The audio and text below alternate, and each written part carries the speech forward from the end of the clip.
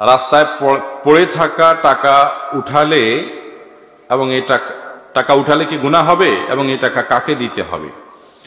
ভাই, রাস্তায় যদি কোনো কুড়িয়ে পড়া জিনিস পাওয়া যায়, আপনি 10টা টাকা পাইলেন, 5টা টাকা পাইলেন, একটা কয়েন পাইলেন বা কোনো কিছু পাইলেন, এটা যদি উঠানো হয় তাহলে কি করতে হয়? কি করতে হয় বলেন? আমাদের দেশে অনেকে বলেন যে রাস্তা থেকে কোনো কিছু কুড়ানো, হারানো কোনো জিনিস যদি আপনি উঠান, কারোর হারানো, কারোর পড়ে গেছে, আপনি উঠাইছেন, তাহলে যেটা উঠাইছেন ওটা ডবল দিতে হবে। এরকম একটা মাসালা আপনারা শুনছেন না শুনেন নাই? এই মাসালাটা কেউ একজন বানাইছে যাতে করে কেউ ভয়ে আর কারোর টাকা পয়সা না তোলে। নেক উদ্দেশ্যে কিছু জাল হাদিস তৈরি হয়েছে, তার মধ্যে এটা একটা। বুঝতে পারছেন? অথচ কোরআন হাদিসে কোথাও কথা বলা হয় নাই। তা আপনি এক কাঠি আগ বাড়িয়ে কেন এরকম নিজের মন গড়া মাসআলা বলবেন? এটা জায়েজ নাই, গুনাহের কথা। এ ধরনের কথা বলা যাবে না।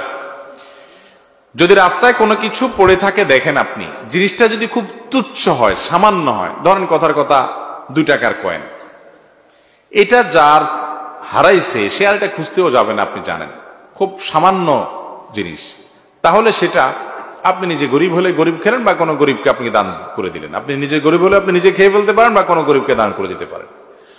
আর যদি জিনিসটা দামি হয়, ধরেন আপনি 1000 টাকা পাইছেন, 2000 টাকা পাইছেন, মূল্যবান কিছু পাইছেন, যেটার মালিক এটাকে খুঁজে বেড়াবে আপনি জানেন, তাহলে সেক্ষেত্রে এটা নেওয়ার পর আপনার দায়িত্ব হলো চতুর্পাশে ভালো করে ঘোষণা দেওয়া, ভাই এই জায়গা আমি কিছু টাকা পাইছি, কার হয় নিয়ে যাবেন। দীর্ঘদিন আপনাকে ঘোষণা দিয়ে যেতে হবে, যেতে হবে, যেতে হবে। কোনোভাবেই মালিক আর পাওয়া যাচ্ছে না, কোনো হদিস নাই, কোনো আলামত নাই, কোনো কিচ্ছুতেই পাচ্ছেন না, আর আশাও নাই। এতদিন হয়ে গেছে, অনেক দিন হয়ে গেছে, বহুত খোঁজাখুঁজি করছেন, তারপরেও পান নাই। তাহলে এবার কি করবেন? এই টাকা কোনো গরিব, কোনো অভাবী, যাকাতের হকদার মানুষকে দিয়ে দিবেন। ওই ব্যক্তির তরফ থেকে, যে আল্লাহ এই টাকার যে মালিক, তার তরফ থেকে আমি দান করে দিলাম, সবটা তার অ্যাকাউন্টে জমা হবে। আর আপনি যদি এরকম করেন যে আপনি ওইটা নিয়ে একটু খুঁজলেন, খোঁজাটা এমন ভাবে খুঁজলেন যাতে কাউকে না পাওয়া যায়, এই টাইপের খোঁজা খুঁজলেন, হ্যাঁ? ওই যে একজনের বলে মুরগি হারাই গেছে আর আরেকজনে পাইছে, পাওয়ার পর মুরগিটা নিয়ে সে খুঁজছে, তো খোঁজার সময় সে বিরাট জোর করে আওয়াজ দেয়, একটা মুরগি পাওয়া গেছে। এমন ভাবে পাওয়া গেছে বলে যে এটা আর কেউ শুনে না। সবাই মনে করে কি জানি কি একটা মুরগি বেচা হবে না কি, পরেরটা আর মানুষ শুনে না। তো এইভাবে সারাদিন ডাকি ডাকি আসির পরে আসি বলে, হুজুর আপনার কথা অনুযায়ী আমি আজকে বহুত চিৎকার দিয়ে দিয়ে ডাকছি, কোনো মালিক টালিক পাই নাই, এখন আমি গরিব মানুষ, আমি খাইতে পারি কিনা। এরকম মাসালা ঘুরাইয়া যদি খান তাহলে কিন্তু জায়েজ হবে না।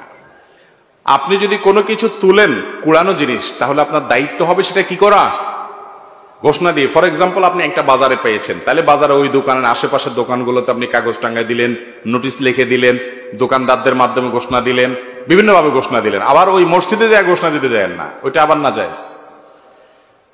এরপরেও যদি না পাওয়া যায় তাহলে সেক্ষেত্রে কোনো গরিব মানুষকে দান করে দিবেন। আপনি নিজে খুব অভাবী গরিব মানুষ হলে আপনি নিতে পারেন, খেতে পারেন, যদি মালিক পাওয়ার আশা একদম না থাকে। তাহলে ভালো করে খুঁজতে হবে এবং দিতে হবে। এখন কথা হলে কুড়ানো জিনিস ধরা ঠিক না বেঠিক, এটা নিয়ে আরেকটা আমাদের মধ্যে ভুল বুঝাবুঝি আছে। অনেকে মনে করে না, কোনো জিনিস পড়ে থাকলে এটা ধরা উচিত না, ধরলে বরং ঝামেলা। যদি এটা আপনি না নিলে বরং আরেকজন মানুষ নিয়ে এসে খেয়ে ফেলবে, অসৎ মানুষ, এরকম মনে হয়, তাহলে আপনি বরং নিবেন। একজন একটা মোবাইল ফেলে গেছে, আপনি দেখেছেন, আপনি জানেন যে আপনি হারামটা খাবেন না, আপনার মধ্যে আল্লাহর ভয় আছে, আপনি খুশি মালিককে দেওয়ার চেষ্টা করবেন, আর আপনি না নিলে বরং অন্য কোন লোক নিয়ে যাবে যার মধ্যে আল্লাহর ভয় নাই, এরকম আশঙ্কা হলে আপনার জন্য বরং সেটা উঠানো উচিত। কথা কি বুঝতে পারছি? ওইটা বরং আপনি তুলে নিবেন, কারণ আপনি না নিলে ওইটা আরো নষ্ট হবে,